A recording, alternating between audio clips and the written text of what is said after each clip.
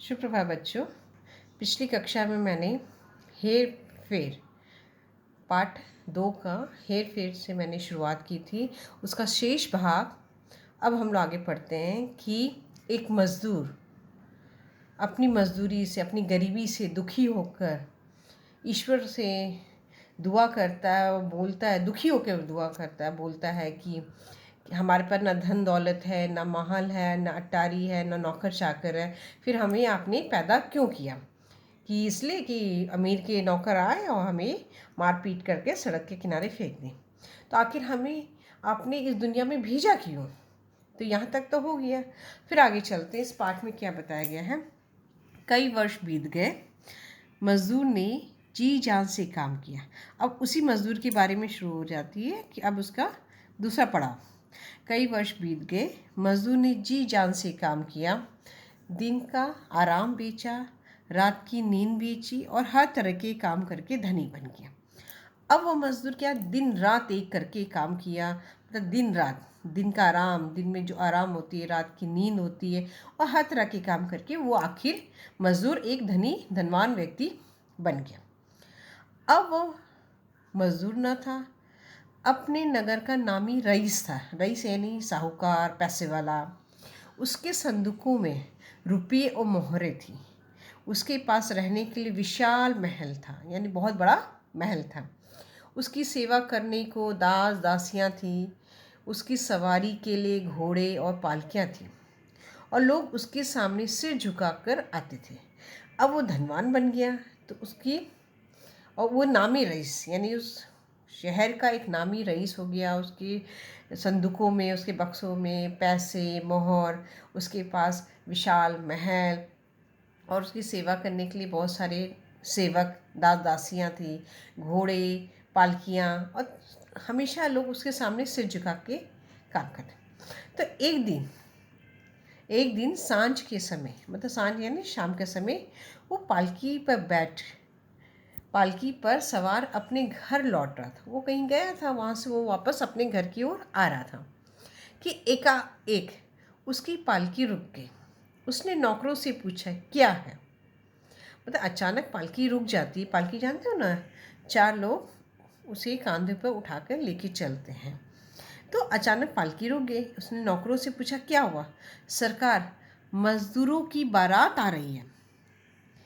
फिर तब तो ये कहता है, उन्हें कहो एक और हट जाए। वे कहते हैं, सड़क सिर्फ तुम्हारे लिए नहीं है, इस पर हम भी चलते हैं। तो मजदूरों की बारात आ रही है, तो उन्होंने कहा कि हटो, हमें जाने दो। पालकी बोलती, नहीं, वो कहते हैं सड़क सिर्फ तुम्हारे लिए नहीं है, इस पर हम भी चलते, खाली अमीरों के लिए नहीं है, हम मजदूरों के लिए भी सड़क है। फिर कहते हैं, वो क्या कहता है, पाजियों को डंडा मार के भगा दो। पाजी यानी दुष्ट बदमाश। अब वो मजदूरों को क्या कहता है, पहले वो क्या था, मजदूर था, मजदूर से वो एक धनवान व्यक्ति बना, लेकिन अब वो क्या कहता है, पाजियों को डंडा मार कर भगा दो, ये हमारा रास्ता क्यों रोकते हैं?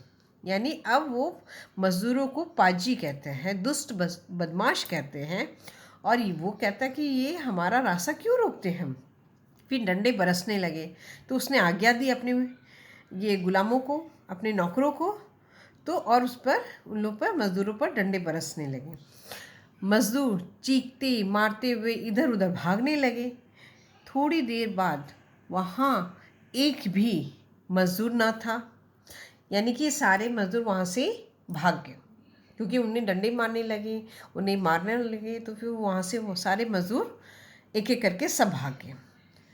भाग तो गए, लेकिन मगर उनकी चीखों से पालकी पर सवार अमीर का दिमाग खराब हो गया।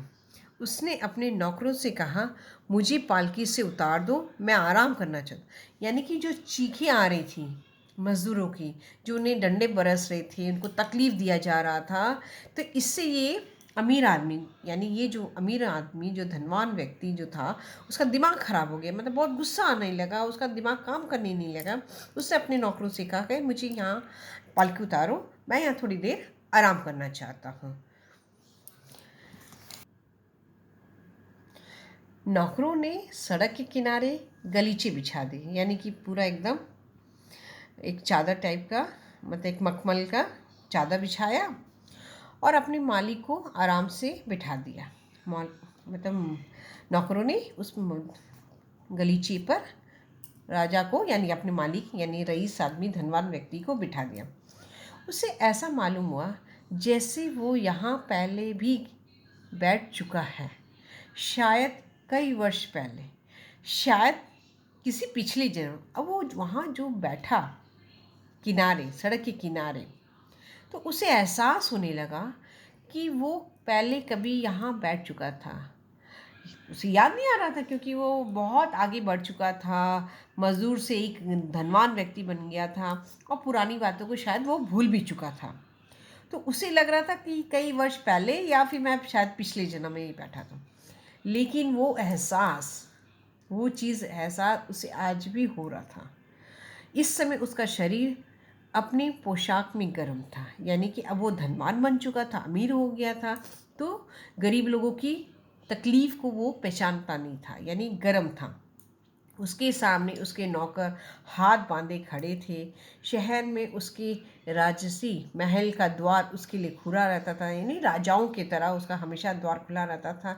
उसके सामने नौकर चाकर खड़े रहते थे और वो नरम गलीचे पर पालथी मार कर बैठ गया। वो आराम से बैठ गया और अपनी आंखें आकाश की ओर उठाकर बोला। अब वो क्या कहता है ईश्वर से, हे प्रभु, इन अभागे मजदूरों के पास न धन दौलत है, न महल अट्टारियां हैं, न नौकर चाकर। अब इसकी पंक्तियां को देखो, ये पंक्ति में वही बातें वो दोहराता है। हे प्रभु, इन अभागों मजदूरों के पास न धन दौलत है, न महल अट्टारियां, न नौकर चाकर। फिर तूने इसे क्यों पैदा किया? जब वो मजदूर था उसने भी यही सवाल पूछा था प्रभु से कि हमें आपने क्यों पैदा किया। अब ये धनवान व्यक्ति बन गया, फिर वो ईश्वर से पूछता है कि आपने इस मजदूर को क्यों पैदा किया? क्या सिर्फ इसलिए ये अमीर लोगों के रास्ते में आ खड़े हो और हमारा समय नष्ट हो? अब यहाँ उसकी पंक्तियाँ बदल जाती हैं कि यहाँ वो पहले वाली पंक्तियाँ में था कि अमीर के नौकर चाकर आए, हमें मार पीट के सड़क के किनारे फेंक दें। अब ये क्या कहता है कि वो अमीर के रास्ते में आए, मजदूरों के बारे में कहता है कि ये अमीर के रास्तों में आए और हमारा समय नष्ट करें।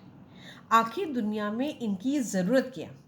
अब यहाँ पर दो पंक्तियाँ अलग तरह का बयान कर रही है कि पहले जब वो मजदूर था तो ईश्वर से कहता था कि हमारे पर न धन दौलत है ना कुछ है, फिर भगवान ये अमीर लोग हमें उठा के फेंक देते तो हमारी क्या जरूरत। जब वो वही व्यक्ति धनवान बन जाता है, फिर प्रभु से कहता है कि इनके पास ना धन दौलत है, ना नौकर चाकर है, फिर इन्हें क्यों पैदा किया?